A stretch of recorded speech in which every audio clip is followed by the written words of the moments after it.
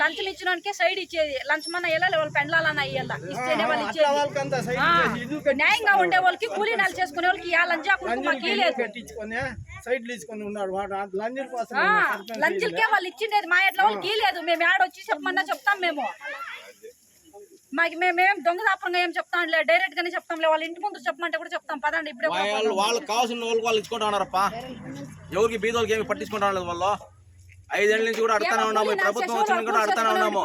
ఈ పతిస్తాం, రేపిస్తాం, second list, first list అనుకుని ఇట్లా యామారి చేసి లాస్ట్ నన్ను ఎవరికి తెలియదు. కుప్పం పోయి వచ్చినది, పోయి వచ్చినాక తెలుస్తాం మాకు కూడా. వాళ్ళు కావాల్సిన వాళ్ళు మాత్రం కుప్పం తోడుకుపోయినారు. వాళ్ళు ఏది తోడుకుపోయినారు. నితిన్ రెడ్డి చెప్తాడు జాగ పట్టుకోండా నీకు పట్టాసు ఇస్తానంటే అదేం రాజకీయ న్యాయమా? ఇది రౌడీ రాజకీయమా? చెప్పు పని పట్టుకొని పట్టాసు ఇస్తారంట. అడగాల ఇప్పుడు కొట్టేసినాను. నితిన్ అన్న నీకు చెప్తే పట్టా చేయొద్దు రానన్నాడు. మురళి తీసిండాడు కదా, దానిపై నిలబడుకోలేము. నేను ఒక మనిషి కాదు, అందరూ తలా ఒక సైడ్ కావాలా. అందరూ బాడీ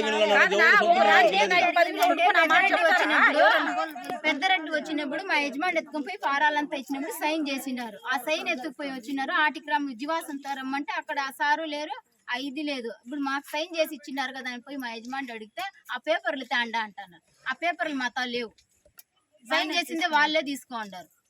ఎవరు పోయి అడిగేది? తీసుకొనేస్తారు, మమ్మల్ని ఎక్కడ లెక్క చేస్తారు వాళ్ళు. అంతే చేసేది. సమస్య లేని ఇల్లు ఉండదు, పరిష్కారం లేని సమస్య ఉండదు. బంధాలు గొప్పవి, బాధలు చిన్నవి. మీ సమస్యని మేము పరిష్కరిస్తాం. రండి మాట్లాడుకుందాం.